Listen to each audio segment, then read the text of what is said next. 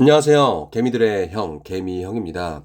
오늘 비트코인 주봉 캔들이 완성되는 날입니다. 주봉 캔들이 완성이 되면서 이 3일봉 캔들과 일봉 캔들이 같이 완성이 되기 때문에 이후에 좀 의미 있는 움직임이 나오지 않을까라는 생각을 하고 있어요.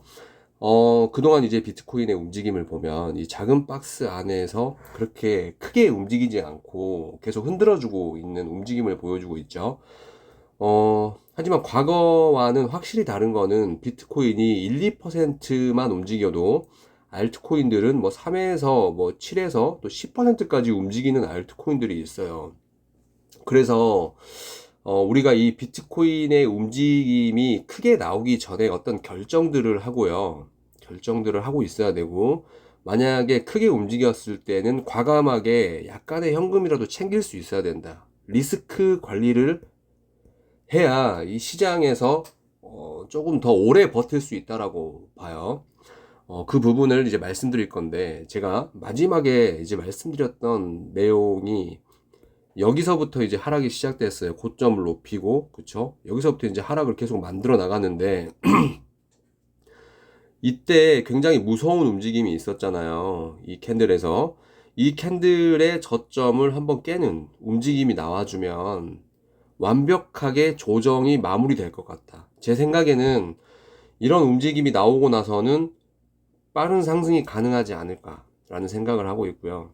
이 가격대는 90.2K라고 말씀을 드렸어요. 근데 조금 더 내려갈 수 있다라고는 생각을 하고 있습니다. 그러니까 왜 그렇게 보고 있냐? 제가 계속 말씀드렸던 부분이 있어요. 일봉에서 보면 이 100일선을 깨고 내려가서 저항으로 되면 굉장히 약세로 돌아선다라는 말씀을 드렸었고,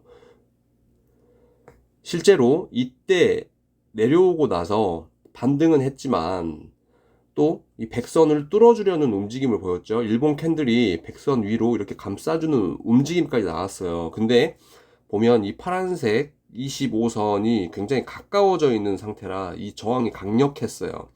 그래서 이 백선 아래로 이 단기 이평선들이 한번 끌려 내려와서 약간의 이 역배열을 만들어 준 다음에 이제 이 저점을 깨고 여기서 만들면서 이걸 다시 돌파하는 이런 움직임이 가까워져 있다라고 보고 있어요. 그리고 이때 이제 이 캔들에서의 몸통을 보면 이 양봉 몸통을 보면 이때 올린 다음에 이 말아 올린 힘을 그대로 이어가야 되는데, 그래서 보면 이 캔들의 이 하단 부위를 계속 두드리는 거예요. 이렇게. 이 위로 캔들이 올라와서 이제 지지가 되면 이때 이제 말아 올린 힘을 같이 데려갈 수 있다라는 거죠. 이렇게. 그래서 중요한 부분이에요. 이 부분이, 이 가격대가 98K 정도 됩니다. 98K. 또 그 위로 올라서야 이 100선과 25선이 있는 이 위로 올라설 수 있는 거예요. 그래서 여기서 나왔던 움직임이 그 시도를 한번 한 거고요. 내려온 상태예요. 내려온 상태를 보면 어쨌건 이 캔들에서는 저점은 낮추고 또 고점은 높여놨지만 또 다음 캔들에서는 계속 약세예요.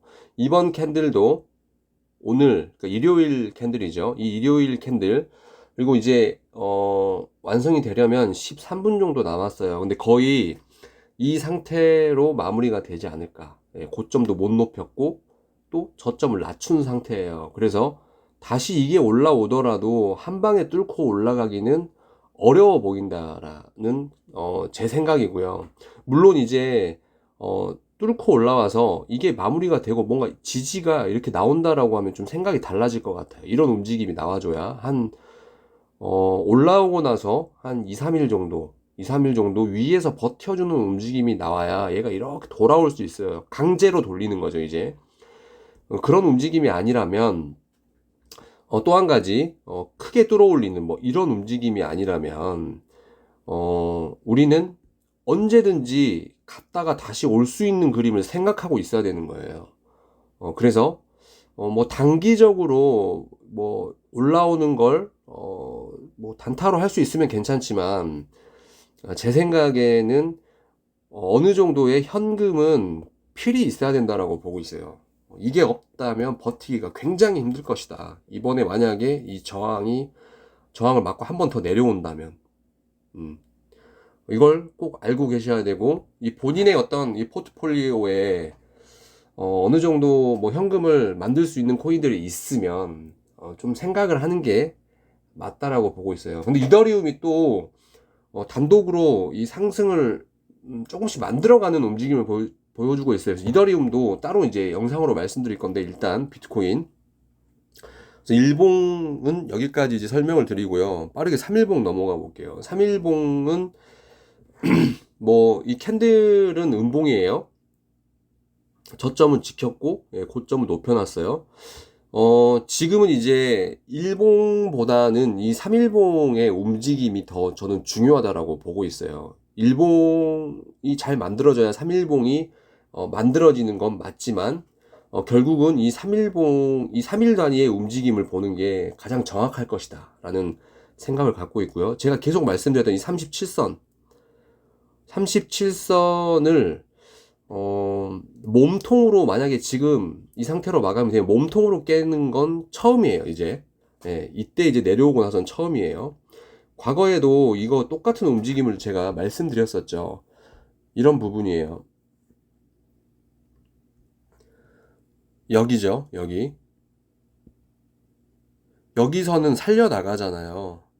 칠선이, 이 하얀색 칠선이 이렇게 돌아오고요.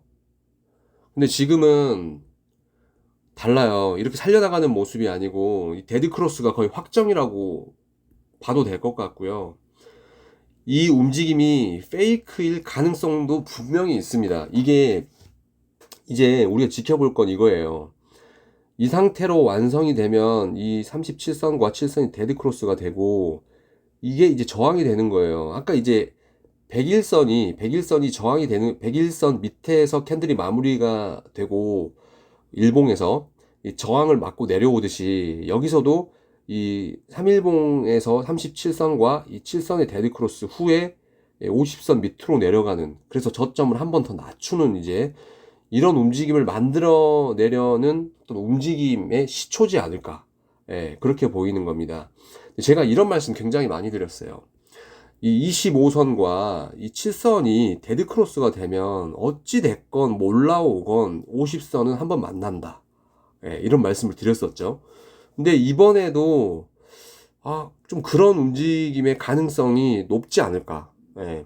근데 이게 시즌이 종료라기보다는 이후에 크게 올라가는 움직임이 가능할 것이다 라고 보는 겁니다.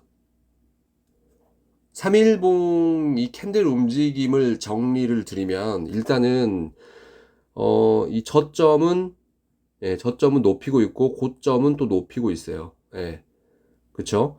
근데 이제 지켜볼 거는 이 저점을 깨지 않는 선에서의 움직임을 만들어야 된다. 이 저점을 한번 낮추면, 이 저점을 낮추면 다시 한번 또 약세로 갈 수 있는 그런 움직임이 될 수 있어요. 이 여유가 별로 없습니다, 이 하방으로는.